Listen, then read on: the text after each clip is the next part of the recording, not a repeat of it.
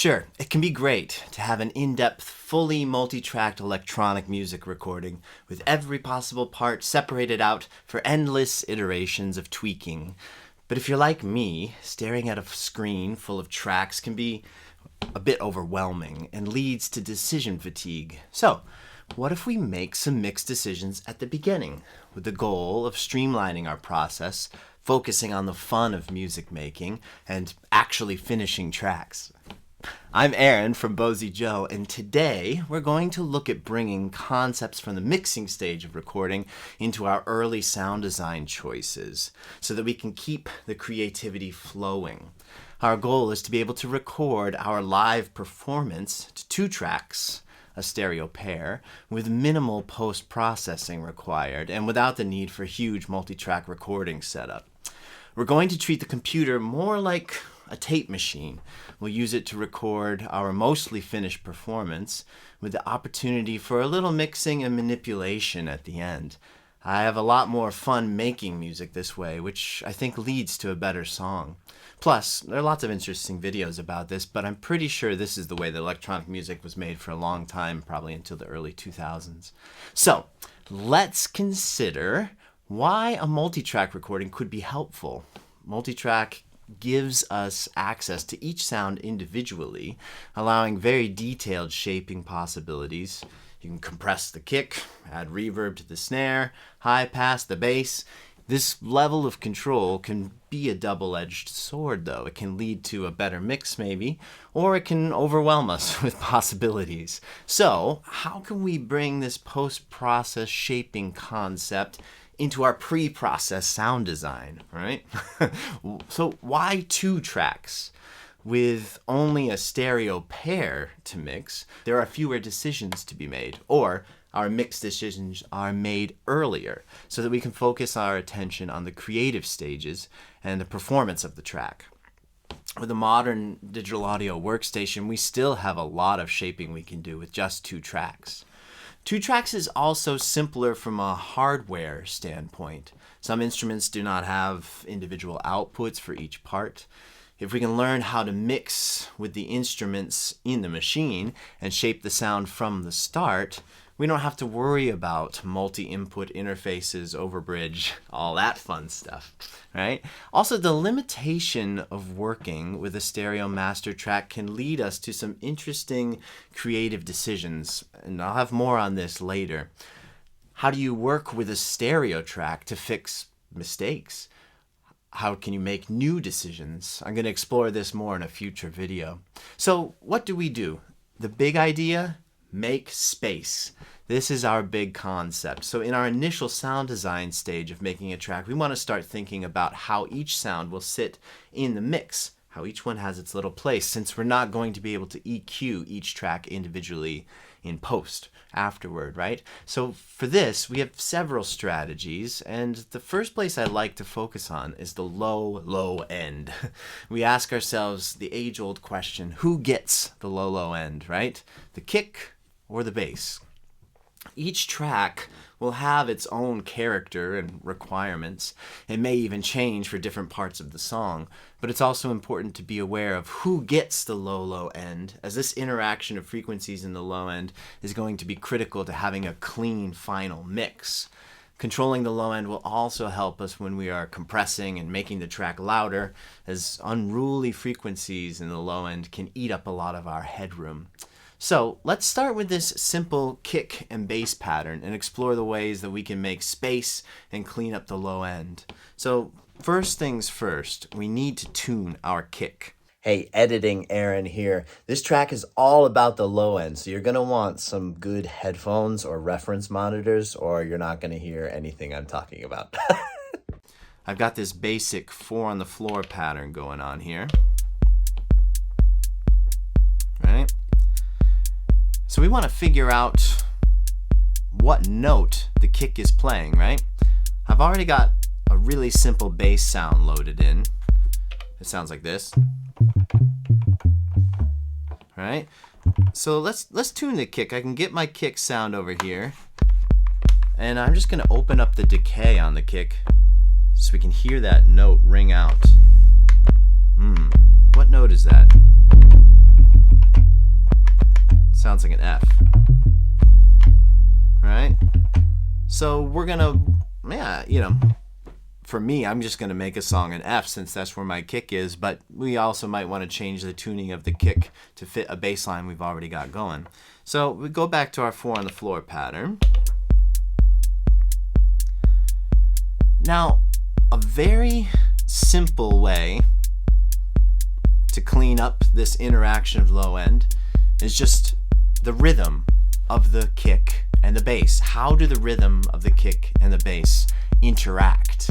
So let's start with a very simple offbeat pattern for the bass, right?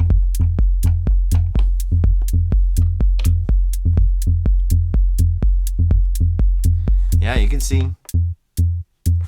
Should we quantize that bass a little bit?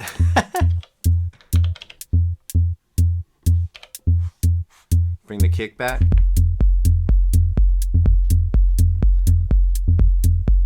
So this is nice because the bass is just playing in the offbeats, right? There's lots of room for the kick here. We can even make the kick a little bit longer. The bass also has this nice short sound, so there's lots of space there. As an example of what they might sound on top of each other, if we make the kick a little bit longer, listen to this. It can kind of work too, because I've also played the bass high enough that it stays out of the way of the pitch of the kick. But already we've got this cool thing we could play with here in a song. Right? Changing the decay of the kick on different beats.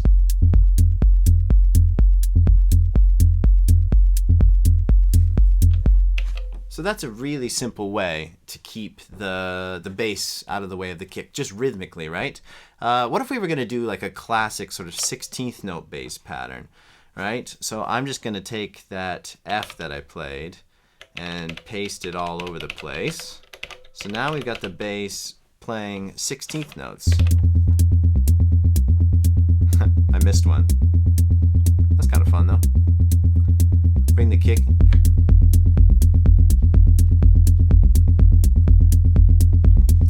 All right, so now we've got a little bit of an issue here, right? Because on those downbeats, on my sequencer here would be 1, 5, 9, and 13, or I like to think of them as 1, 2, 3, and 4.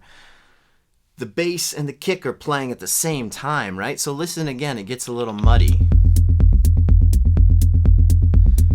But we can have some fun and kind of mimic a sidechain sort of effect just by removing the bass hits on those beats where the kick is also playing. So let me take them out. Now check this out.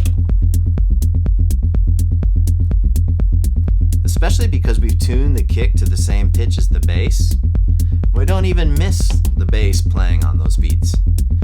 And then when we take the kick out, listen to how much energy that has. It really drives the track forward. Bring the kick back. What if we had a little, let's add some claps, right?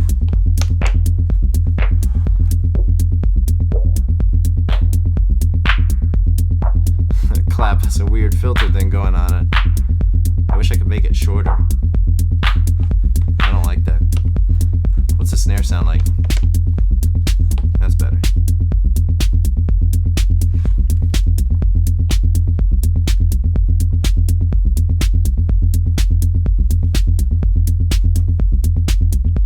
All right, cool. So we already, just by changing the rhythm a little bit, we've made room for the bass and the kick, right? So what if we try something with a very syncopated, like funky bass pattern, right? Always playing off the beat. So let's see. We got our beat.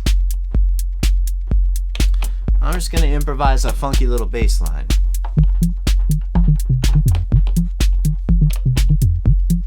Now that's kind of high enough that it doesn't compete with the kick. Let me try again. I'll do another one. Something a little lower. Here we go. Get funky.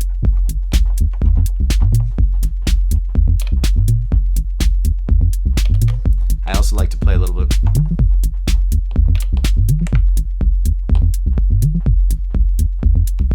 So now our bass and our kick are kind of competing a little bit, right?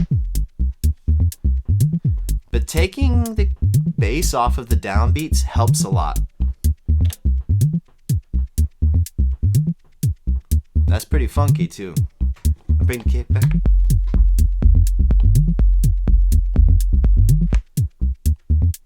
What if we just take this hit and move it?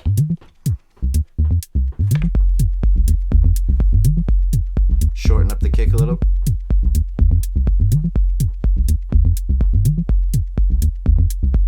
That's kind of fun. Here's the snare.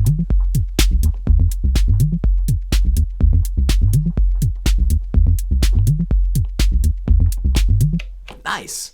All right, so our next step here is actually shaping each sound, right? And I've already been doing a little bit of it. This funky bass line is a good way to show this. Playing with the decay on the kick, the length that the kick rings out is going to help us a lot for how we can clean up the low end and the interaction with this bass part. So check it out.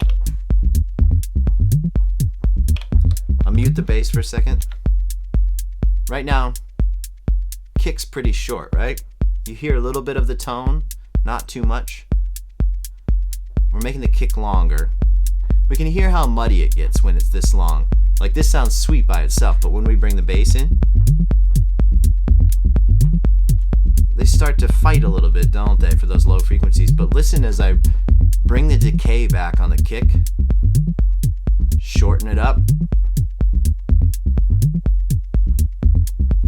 And we can really fine-tune musically where the kick ends and the bass starts.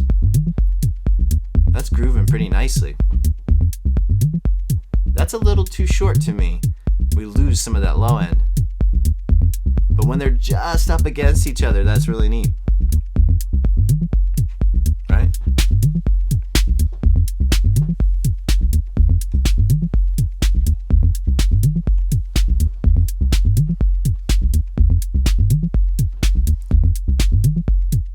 Let's see what happens when we do some of the same ideas but with the bass sound. So right here I'm looking at the amp envelope for the bass.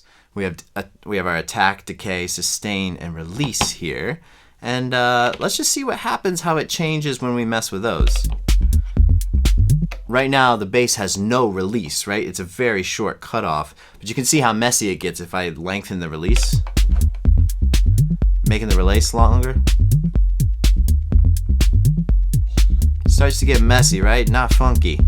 That's why we're keeping it short.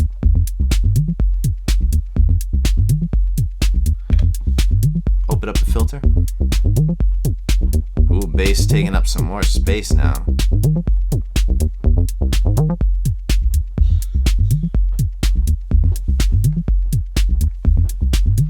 So as soon as we start to open up that filter, the bass takes up a lot more room, right? So another way, and this is a really important way that's going to apply to the rest of the track, is how can we filter each sound to make sure that it has its own space in the mix, right? So right now the bass and the kick have been occupying pretty much the same frequency range. They're both very low, but we managed to keep them out of the way each other just by playing with their rhythms where they bounce off of each other, and they're not really playing on the same beat almost ever, right? But what happens if we want them to? Well, this is when filtering comes in very handy. What we can do is we need to decide, like I mentioned in the beginning, which one will have the low end. Are we going to let the sub-frequencies go to the kick or to the bass? And let's say for this, we're going to let it be the kick. We have this nice sub-bass kick going on. There's a lot of low end there, right? So how can we filter our bass sound to make room for that low end, right? So check this out. All right, so what we're gonna do, we got this playing. Bring the bass in. I'm gonna open up the low pass filter on this a bit. Now this sound has this more mid-range, punchy pluckiness, right? Now this is very handy. On this digitone, I have another filter page. And what I'm going to do is bring in a high pass filter. We're going to start to roll out the low end frequencies. And only let the higher ones pass through. That'll help clean up this bass sound so that it doesn't compete with the kick. Check it out. Right now they're kind of stepping on each other. Let's start to clean up the low end of the bass. There we go. So now we've made some space for the kick. And when you listen to the bass by itself, it doesn't have as much low end, right? It's sort of in this low mid range. We're kind of focusing more on that pluckiness, what the envelope filter's doing. Or the filter. But it works really nicely with this low sub bass.